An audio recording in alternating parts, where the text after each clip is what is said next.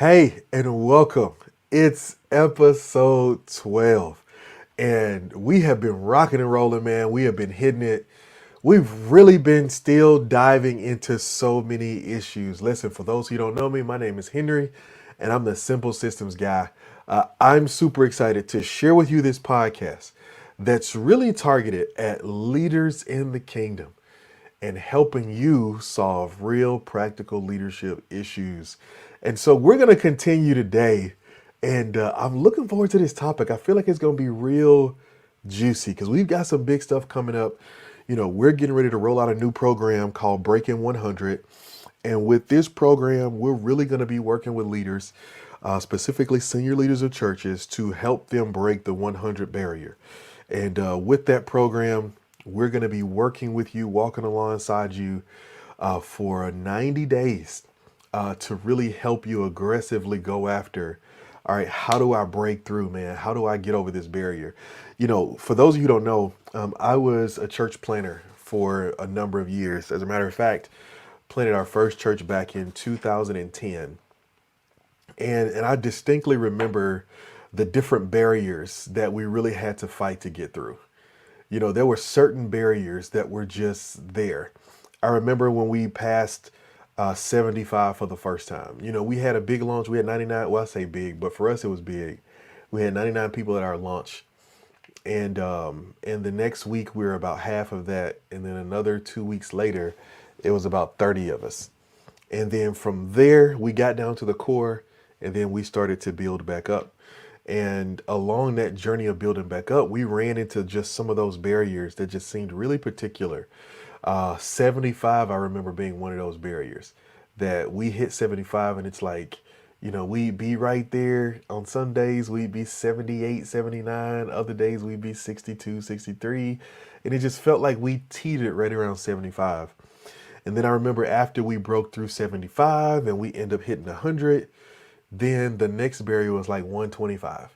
And it was like right at 125, it felt like we got stuck for a minute. Then we hit another barrier right around 200, 225. And we just kind of kept breaking through those barriers. And those barriers, for the most part, they're really general.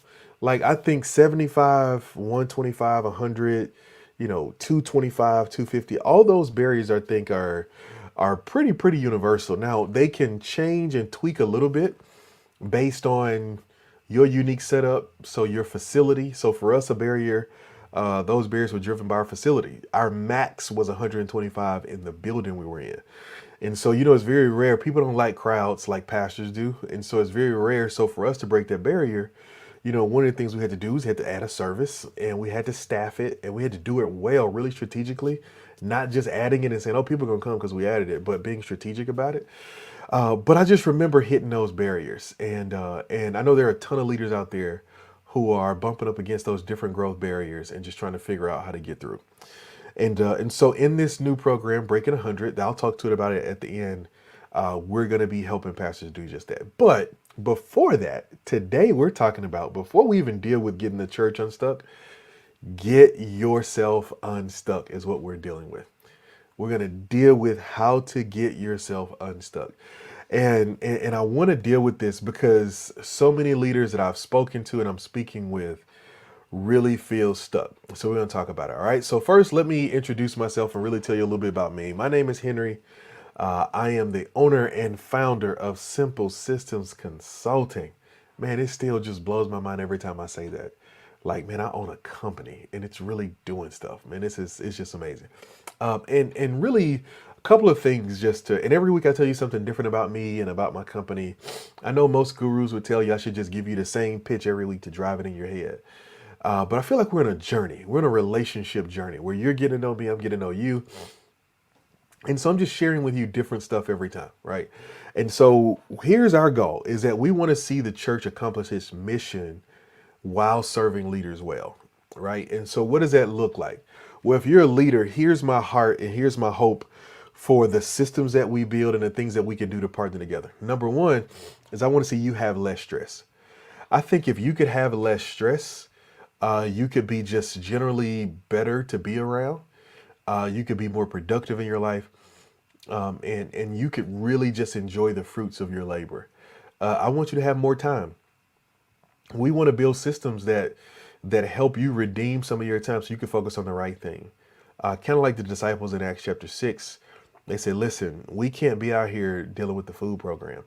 We need some people to deal with that so we can go focus on the ministry of preaching and praying. And that was important, right? So we want you to be able to do the same thing. One of the reasons most leaders can't dream forward is because they're too stuck in the present. And so we want to give you some freedom of time in the present to help you go forward in what God has called you to do. We want to give you more energy. We want to save some energy for you. We want to keep you from using all of the energy you have to pursue something immediate so that you can instead have the space to pursue something eternal.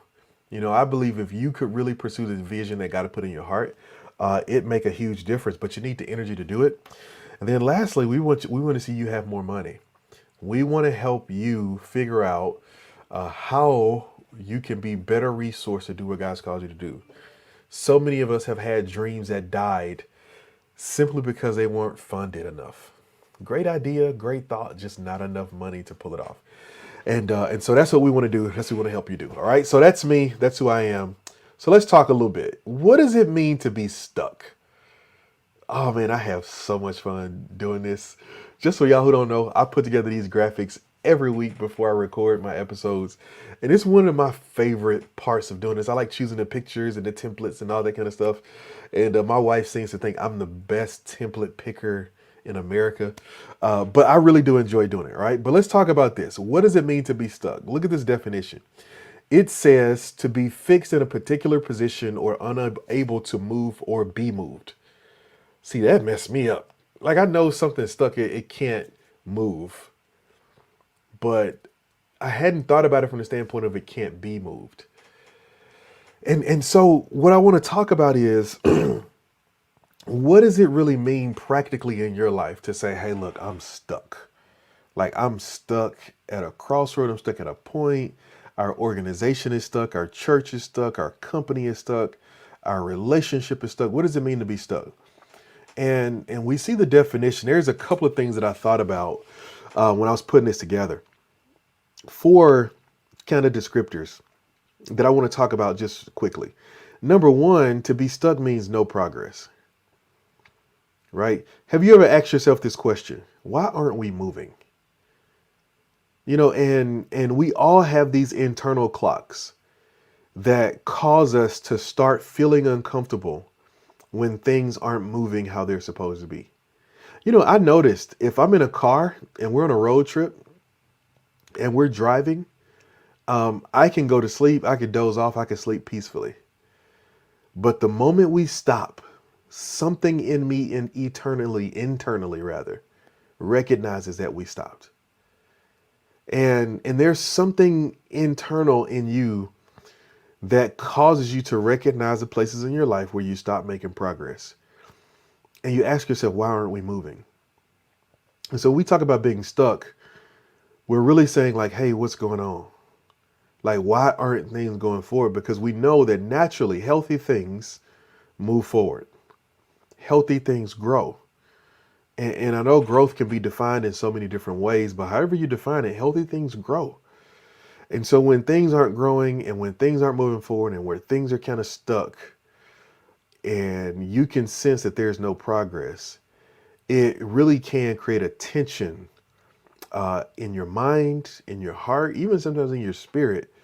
You get this tension of just recognizing that things aren't progressing. And then it causes you to look around the room at others and to wonder if they notice what you notice. And so one of the pieces about being stuck is just, making no progress. Number 2 is no creativity. This is where you find yourself asking, like, how do I even do this? Like, how do I do this? Even if I see the problem or even if I see a potential solution, how do I enact it in such a way that it actually comes to pass? I mean, what's the next step in this journey that I'm on? Like, what do I even do from here is the issue of no creativity. It's a tough spot to be in, to know you're stuck and yet not have a solution to fix it. It's a tough spot to be like, hey, I'm stuck here. I can't go where I want to go, do what I want to do, but I also don't know what to do about it. Like, I also can't think my way out of this. And I know what that's like as a leader, to go through a season where you look back and you like, oh man, in the past, I would have come up with an idea for this overnight. I would have slept on it. Maybe even get away for a quick vacay, mini vacay, think through it, man, I'm good. And then you hit a point where you're like I have no more thoughts, I have no more ideas, I have no more tricks. I don't know what else to do from here. That's a part of being stuck. Number three is a loss of hope. This is where you ask yourself, can we get out of this? Like, is it even possible? If you're a senior leader of a church and you're pastoring, this is where you start to ask yourself, has God called me to move on? Has God called me to just go on to some other place? And this plays in your head in so many different ways. And I'm saying this because I'm so guilty. I've been here. This plays in your head in so many ways. Because a part of you looks at the situation and feels like you're to blame and says, okay, why couldn't I lead us through this? Maybe if I could have led the people a little bit better, if I could have done this better, if I was better at this, better at that, I would have gotten it. And then the other part of you is completely blame shifting and going, well, if I had the help I needed, if I just had this, if I just had people who would give, if I just had people who would serve, if I just had people who would do this, if I just had people who would do that, if I. And then somewhere in the middle, we get so tangled up in that thing that we just kind of, pull God in and just kind of go, okay, God is going to take me in the direction I need to go, which sometimes he will. But there are also many times where we make up our minds prematurely and we just lose hope because we're looking and we're going like, look, I just don't see how it can happen. I've been doing this for 5 years. I've been here for 10 years. I've been here for however long. And these people ain't going with me. Like, it just ain't going to happen. Then number 4, the last one, is a loss of joy. And that's a little bit of what I'm talking about, where you start to ask yourself, do I even want to do this anymore? Like, do I want to do this? Because I'm not enjoying it. The joy I came into this thing with has been completely zapped out of me at this point. So I'm not enjoying it. Like, so do I even want to do this? And now more than ever, leaders are asking that. Leaders are leaving the ministry at an alarming clip. People are leaving their jobs at an alarming clip because they're going, look, if I'm going to pursue joy, I've got to ask myself, is what I'm doing zapping my joy? Is that the reason I don't have the joy that I need right now? Right. And so we start asking that question. And so as we started to kind of work through this a little bit, here's something I want us to wrestle with is look at this quote by Albert Einstein. He says, we cannot solve our problems with the same thinking we used when we created them. Here's a reality is that if we stay in any situation for any amount of time, we either become a part of the solution or a part of the problem. And one of the things that needs to happen, and this is to me what gives us so great hope in this, is that it's not just about whether or not I can fix everything that's happening, but it's just starting with, can I fix my thinking about certain things that are happening in and around my situation? Just, can I fix my thinking? Like, I know I can't, even if I can't fix everything, can I fix the way I think about this? And what Einstein posits is that if you're going to solve the problems that have gotten you stuck, you cannot do it with the same thinking that puts you in that space. So what you've got to do is, if you can change your thinking, you can change your outcome. If you can change how you think about a situation, you can change your outcome. One of the things I say to so many potential clients that I might work with is, as I do a discovery call and I'm learning about their challenge and their issue, many of them sit on the call and they go, oh yeah, you know what? That's right. Yeah, you know what? That's good. Yeah, you know what? That's right. And it's not that I have to introduce to them something they've never heard or something that they don't know, because most leaders are very smart people. They're very gifted and talented people. But what happens is that our situations can beat us down so much that it starts to shrink our thinking.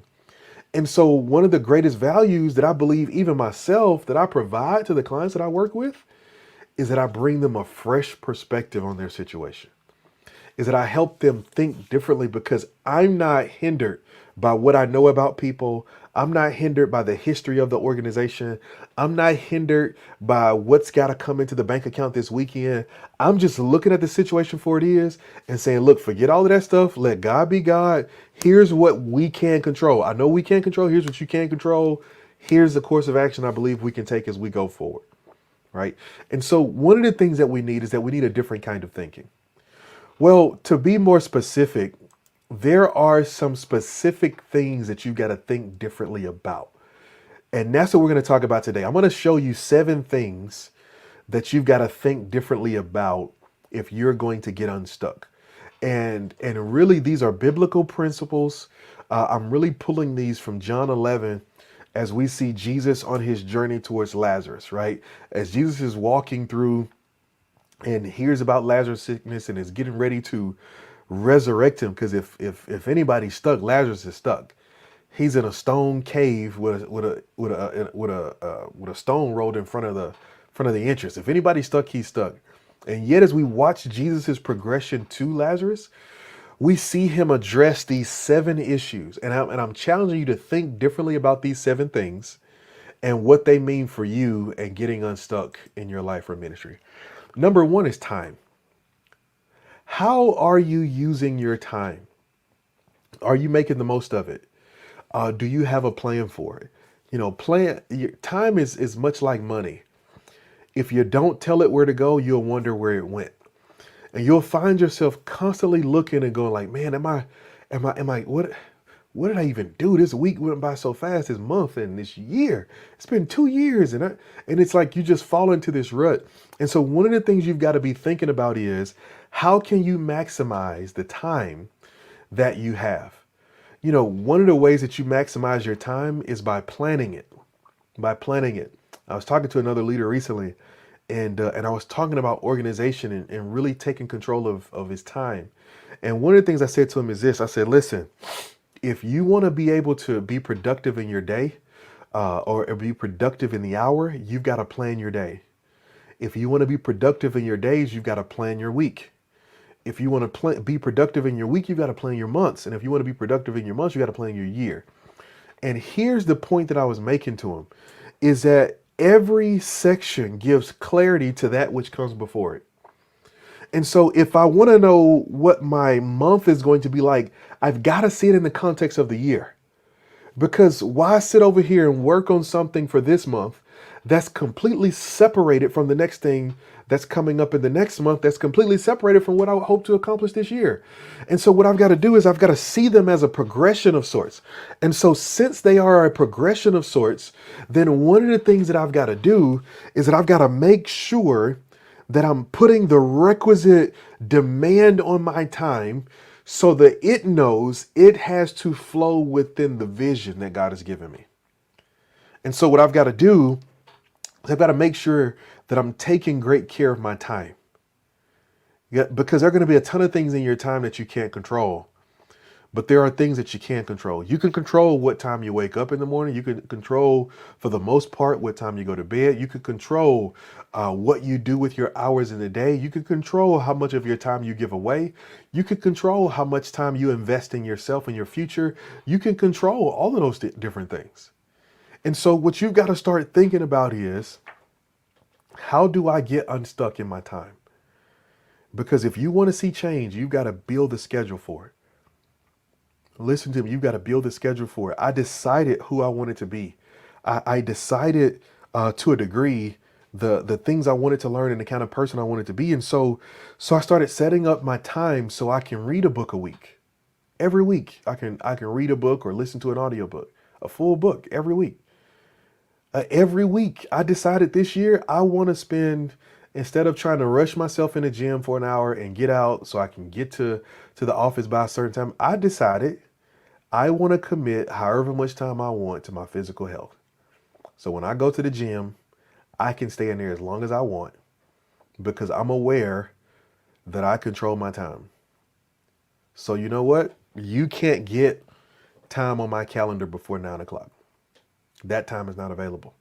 I've decided that's my time. And so I get from 6 to 9 to do whatever I want, whether that's go to the gym, go sit in the coffee shop for an hour, sit in my truck and it's whatever I want. My devotional time, I can play Golf Clash on my phone. It's completely up to me because I decided to take control of my time. You've got to do the same. You have got to start telling your time where to go because you won't get more of it. Once it's gone, it's all gone. Number two, the second thing that you've got to navigate and that you've got to think differently about is opposition. You know, no matter what you do, whether you do good or bad, you'll always have opposition. You could decide today to be a Democrat, you're going to have opposition. You could decide to be a Republican, you're going to have opposition. You could decide to be an independent, you're going to have opposition. You could decide to start your own party, you're going to have opposition. No matter what you do in your life, you're going to always have opposition. But here's how you get unstuck. You got to get in the habit of asking yourself, what's the opportunity in this opposition? Because sometimes what you might find is that you might find that what seems like just the worst opposition you've ever seen today is really providing you with an opportunity to step up. You know, I think about that moment. Jesus hears that Lazarus is dead. He decides, he says, will not end in death. We're going to solve this issue. But he doesn't move immediately. And then finally, 2 days later, he says, all right, let's go see Lazarus. The disciples look at him like, Jesus, wait a minute. Did you forget them people was just trying to kill you? Like, we got opposition over there. I know you got purpose over there, but we got opposition over there. And Jesus gives them this speech. He says, look, man, it's 12 hours of daylight. When it's daylight, you say. When it get night, you can't, it's gone. And Jesus says, let's go. And I think about the courage that he shows to the disciples in that moment. And here's the thing. Jesus could have chosen to allow the opposition to drive his future. But he instead decided to let his mission drive his future and then to allow his courage in the mission to be the example to those who were with him. And here's my point to you, is that you're going to always have people against you. You might always have situations against you. But how you operate in the middle and in the face of opposition is an opportunity for you to solidify your relationship and to capitalize on the opportunity with those who are really with you and called to you. It's an opportunity. And so you've got to learn to see it that way, to see that the person who just won't go along with your vision, they look like opposition right now, but there's a way that they can become your opportunity. There's a way. I'll give you an example. I was consulting with a church in Florida, and I knew from conversations beforehand with the senior leader that there were a couple of deacons who were they were raising some hell, man, and they were causing some issues, and they were keeping them from the church from really moving forward. And so I didn't know which deacons it was. I didn't know who it was, but I was doing a training and a consultation with the entire team. And as I'm sitting there with the entire team, I reach out to one of the guys and I say, hey, I got a question for you. And I know he's one of the deacons. I don't know if he's one of the good ones or one of the troublemaking deacons. I had a feeling he was one of the troublemaking deacons, because I could just discern it. I could just discern, he had that little, I'm in here, but here. So I'm like, all right, I can discern it a little bit. So I asked him a question. I said, hey man, I got a question for you, deacon. I said, tell me about one person in your life who really needs Jesus. And he kind of sat back like,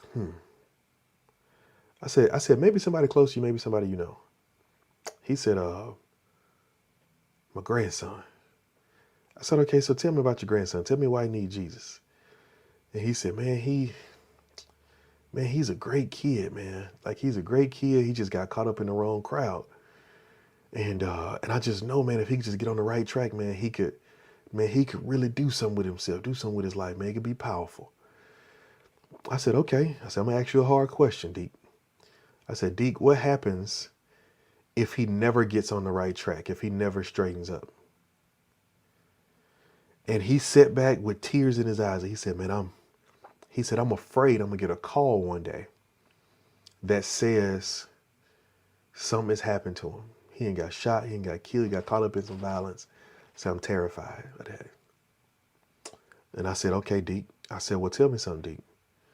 I said, what if we as a church, as a team, right? Because every time I go to consultation, I talk to the people in the room like I'm with them, right? So it's not what if y'all, it's what if we as a team could come up with a strategy that would make this the kind of church that your grandson wanted to be a part of. I said, would you support that? He said, absolutely, I will. And I said, Deke, I said, that's what we're doing. I said, that's why we're changing things. That's why things are shifting. I said, because we're trying to build, I said, all of us in here, we're safe. We're safe. We know Jesus. We're taken care of. So we can't make this about, if we make it about us, it becomes a country club. But if we make it about the people out there, then it becomes a hospital. And that means that whatever it takes to get people healthy, we will do it as long as we don't violate the word of God and the will of God. And see, that was a moment where somebody who looked like opposition provided an opportunity. Because as I'm talking to him, the other people in the room are hearing. And what I'm saying to you is if you would look closely and pray through the opposition that you're facing, you will discover that it too is an opportunity for you to break through and to get to the other side. Number 3, the third thing that you've got to think differently about if you want to get unstuck is misunderstanding. Misunderstanding.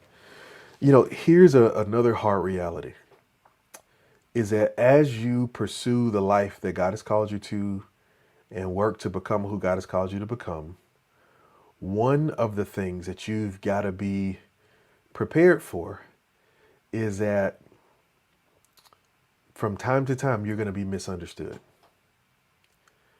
Is that you're going to communicate and you're going to say what you need to say, but somewhere between what you said and what they heard, things are going to get confused. And that's a frustrating feeling sometimes as a leader because you're talking and you know you're speaking plainly, but people are really struggling or they're acting like they're struggling to understand you. They don't get what you're saying. They don't get what you're asking them for. And so it makes it really challenging and it makes it sometimes just really hard to just kind of keep going because you're like, why are you misunderstanding me? Is there something going on? And really sometimes, man, that thing is spiritual. We can't forget that the enemy is the prince of the air. And one of the things that he does really, really well, exceptionally well, is confuse communication. And Jesus went through this. Jesus was talking with the disciples. He's telling them this sickness won't end in death. Lazarus is just asleep. We're going to go get him and he's going to be fine. And they're like, well, if he's asleep, he'll be fine. Why we need to go? And I don't get it. If he going to be all right, why we need to go over there? Why we can't just, and it's like, they just could not understand what he was saying. And that's going to be the case for you too. Sometimes people are going to see what you do and they're going to question your motives. And people don't realize how dangerous it is to put yourself in the business of trying to understand somebody else's motives. Because the reality is you won't always be able to understand somebody's motives. You just won't know. You won't be able to look at people and tell, here's what they've got going on, here's what they're doing. You just won't know. And so one of the things that you really have to navigate is you have to learn that people's understanding is not a requirement for you to do what you're called to do. It's just not.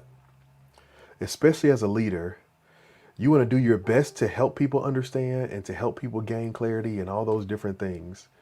But you also need to do your best to understand that people won't always get it. People won't always agree. People won't always be on the same page with you. And such is life. Such is life. I could talk a lot more about that, but I'm going to go to number 4 because this is a tough one. Reconciliation. Here's the thing that might be keeping you stuck. Your heart might be broken in a place that you're afraid to admit. Your heart might be broken in a place that you're afraid to admit. And so one of the soul things that you've got to take on as you start to figure out how to get unstuck in your life, in your ministry, whatever it is you've got to try to trace back your heartbreak. You got to trace it back. You know, for so many pastors, I can throw you a couple of heartbreaks. A couple of heartbreaks right now, especially post-COVID, is some people have used this as a moment to walk away. And I know people tell us all the time, man, in the ministry, it's not personal. Man, but it sure doggone feels that way. Feels that way. And I remember what it felt like and what it feels like to see people leave the church. It feels personal. It feels like you're rejecting me. And I know it's not about me, but when you take into the consideration that when you was going through your storm, it was about me being there for you and coming alongside you and providing support and working you through stuff and keeping your spouse from leaving you and bringing your kids back in and all those kind of things. And then here it is, one of the most trying times senior leaders have ever been through in their leadership in the church. And people are taking it as an opportunity to walk away. It's tough. You know, one of the things that makes it so challenging to be a pastor, this is one of the reasons that Peter Drucker, who is kind of known as the father of management, said that pastoring and leading a church is one of the hardest jobs in the world. Every Sunday, people wake up and pick their pastor. But a pastor doesn't get to wake up and pick his people. Man, that's a tough statement. And so sometimes what we're after and what we've got to pursue is we've got to pursue reconciliation. Is that we've got to pursue reconciling the things in our own hearts, but also reconciling what we need to reconcile with others. Sometimes an attitude or a thought or something that we won't settle with people keeps us down. You know, can I be honest? I see this even in leadership amongst teams, is that there are issues that you have with people on your team and you haven't talked about it. And it's lingering. And it's not only hurting you because there are other people on your team who see it and it's hurting them. And so it's making the whole organization stuck because there are people who just won't come face to face with the reality of the issue that's standing between them. And so we've got to pursue reconciliation. All right, number 5 is belief or unbelief, to be more specific. Let me ask you this question.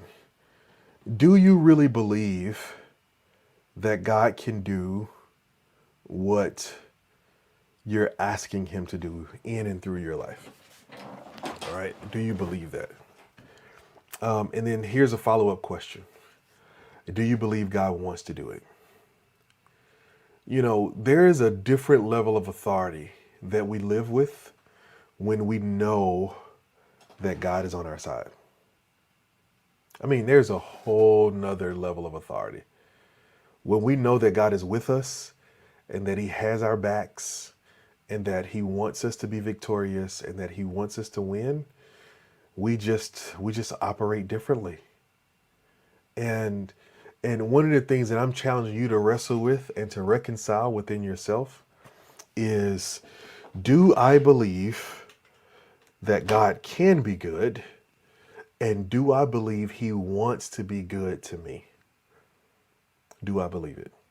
One of the things that might have you stuck is a lack of belief. And let's dig into this for a minute. One, do you believe God wants to do it? Two, do you believe God can do it through you? Are you convinced that you're the right man or the woman for the job? Are you convinced? God may believe that. People around you may believe that. Your spouse may believe that. But do you believe it? And I'll tell you, it took me a long time to believe that's who I was. But I had a pastor who just kept telling me, man, look, God wants to do something special in your life. You are a gift to the body of Christ. His wife kept telling us, she kept saying to my wife, that is God's man. That is God's man for the hour. My wife kept telling me, you are God's man. And just kept on going and just kept on doing it and kept on doing it and kept on doing it. And eventually I started to believe it, but I know how different life was when I didn't believe that versus when I did. And that's what I'm asking you to wrestle with is, do you really believe that you are the chosen man or woman for this time? And then secondly, are you open to believing in other people? Man, there is a leadership pandemic that I'm starting to see, or this issue that I'm really starting to see rise up in leadership. And it is our lack of ability to trust and believe in people. To trust and believe in people. And that is the thing that is so monumental to the future of the church and the future of the organization, is that the faster we can trust people and create systems and structures that make trusting them easy, the better things go. And the more we grow. The church grew because all these people kept coming in and they was releasing them to go do what they were doing. And we've got to have the same. But one of the things that blocks that is a lack of belief. When we struggle to believe in God, in ourselves, and in others, then there's something that we miss when it comes to the fullness of what God is calling us to do. And some of us are stuck because we don't believe. And you have to ask yourself, why don't I believe? Is there something that happened with a former leader in the church that scarred you so deeply that you're struggling to get up from it? Is there something you experienced and went through that you just can't seem to recover from? Whatever it might be, I'm telling you, you have got to get back out there and you have got to begin to wrestle with the idea of how well you can continue to do what God's called you to do if you can't believe in people. Number 6, which is a great segue, is frustration. It's frustration. You know, as leaders, we face frustration from time to time, and that frustration can be triggered by so many different things. You know, frustration can be triggered by projects that don't go right, things that don't go our way, information we find out too late, opportunities we don't know about. Just all kinds of things can be triggering it. But I want to talk about a specific kind of frustration. I want to talk about the frustration of other people's response to you.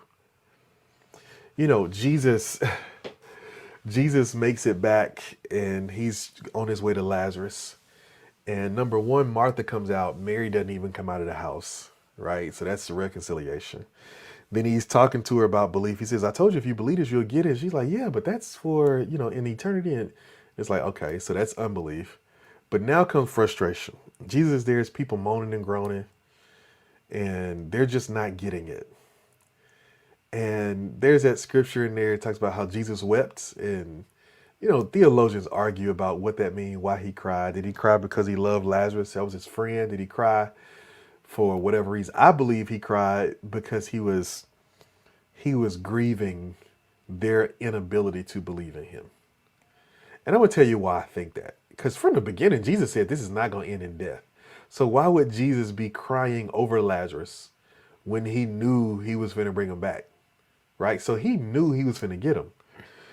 And I think for that reason, it was about the attitude of the people that grieved Jesus. Well, and here's why Jesus had reason to be frustrated with their response. Lazarus is resurrected in John chapter 11. Prior to this, Jesus has been baptized. He has gone through 40 days in the wilderness and fought through the temptation. He has turned water into wine. He has healed the man who was born blind. He has healed the official son. He has fed the 5,000 with 2 fish and 5 loaves of bread. He has done all of these miracles. And yet, it still seems like people cannot see him for who he is. That's the frustration I want to deal with. The frustration of asking yourself when it comes to doing what God's called you to do, will you or will it ever be enough? Will it ever be enough? Will people ever be satisfied with who I am, what I bring to the table, will I provide? Because it seems like even when I get these small victories, rather than celebrating these victories, people can just point out the issues and the problems. And it's like, you know what? This is agitating to me. And that's a real thing that we feel sometimes, where we start wrestling within ourselves and asking like, man, when will I ever be enough? When will I hit that moment? When will I remember as a 26-year-old pastor saying, okay, when I get 30, people will stop calling me the young guy and they'll just trust the word that's coming. And then I thought, okay, when I got 30, maybe when it's 35, right? And just wondering like, when will I ever be old enough or wise enough or mature enough? When will that ever happen? Right? When will that ever happen? When will that ever come to pass? When will it? Right? And the truth of the matter is people may never be satisfied with us. But if we shift our mindsets to understanding that we don't live to impress people, but we live to impress Jesus, everything changes. See, frustration comes as we expect something from people that they have an inability to give or an unwillingness to give. And so what we've got to do is we've got to shift our expectations. And a part of how we do that is to understand that we're everything we do for an audience of one. Here's the last one. 7th thing that might be keeping you stuck is that you might be stuck on missed opportunity. You might be stuck on missed opportunity. Jesus gets to the grave and he says, roll away the stone. And Mary's first response is, Jesus, he's been dead 4 days. The smell would be horrible. And in essence, what she's saying is, nah, it's too late. You missed your opportunity. Because even Martha said, Jesus, if you had been here, my brother would have lived. Had you been here, had this happened, had that happened. And some of you who are listening to this right now, watching this, you're stuck on missed opportunity.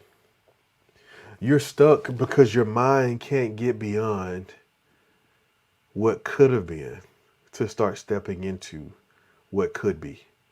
I think I was a little bit OCD growing up. And so I was one of those kids who was always counting threes, 1, 2, 3, 1, 2, 3, 1, 2, 3, 1, 2, 3, 1, 2, 3, 1, 2, 3. And I was just always doing that. And one of the other things that I used to do all the time is that whenever I had a task to do, I would say, okay, look, I need to start at 8 o'clock. And then when I actually started at 8:15, I would sit there and be like, I wonder what the version of me who started at 8 o'clock is doing. And I remember sometimes sitting there thinking about certain tasks and I'm like, man, he finished. Like he over there hanging out, having fun. He's on vacation. I wonder what the version of me who saved money is doing.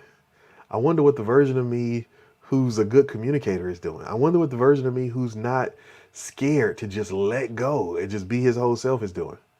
And I remember just constantly walking through those scenarios and almost torturing myself with the thought and with the idea of the opportunities that I missed. And maybe you're not doing it as weirdly as I did it, but you might be holding yourself hostage to missed opportunities. And here's what I'm saying to you today. Let yourself go. With Jesus, it's never too late. It's never too late. Let yourself go Give yourself the ability and the permission to trust God again and see what only He can do. All right. Listen, the goal of today was really to help you get unstuck. And as I shared before, we're rolling out our new program. You can actually go on our website and see it right now. With the Simple System Society, we're rolling out a tiered program. Tier 1 is breaking 100, Tier 2 is breaking 250, Tier 3 is breaking 500. In each one of these tiers, we're going to give you specific systems and coach you in specific systems to help you break those barriers. And we're starting with our Breaking 100 for all of our churches that are 100 people or less, and you really want to show up your systems, or if you just really need these systems, we're here to help you. And we're going to do three things in that program. Is that we're going to teach you worship planning, how to plan your worship service. This includes your online, how to get the most out of that service, what volunteers you need, how to get more people involved, how to create traction, what kind of things you can do on Sunday to invite and draw and attract new people. We're going to talk about assimilation, what happens when new people come in, right? How you can make sure that when they come, you give yourself a great chance to keep them and they can come back and they can continue to be a part and all of those different things. We're going to talk about that. And then we're going to talk about evangelism. I'm going to give you a strategy to help you see how you can absolutely break the 100 barrier. If you just pull your team together and undertake this project, you all can step out there together and begin driving, begin pushing forward, and begin pushing things out there, right? So look, if you're at all the least bit curious about this, I need you to go to simplesystems.cc. I need you to go to the website, look at that Gear 1, sign up, register right now. As a part of that program, you're going to get more than 20 modules of coaching, but you're also going to get monthly one-on-one mastermind calls with me. We're going to have a mastermind with you, some other leaders, and every month, once a month, we're going to get together and we're going to help solve problems. We're going to look at, okay, what do you got going on? And we're going to put our heads together and help you solve it and actually help you come up with some really specific strategies to get down into so that we can help your church take the next step and move forward. All right. So listen, I am so grateful that you decide to just come hang out with me sometimes and plug in to this podcast as I continue to pour out all the things that God has poured into me. So listen, I appreciate you, love you, and until next time, keep the gears turning.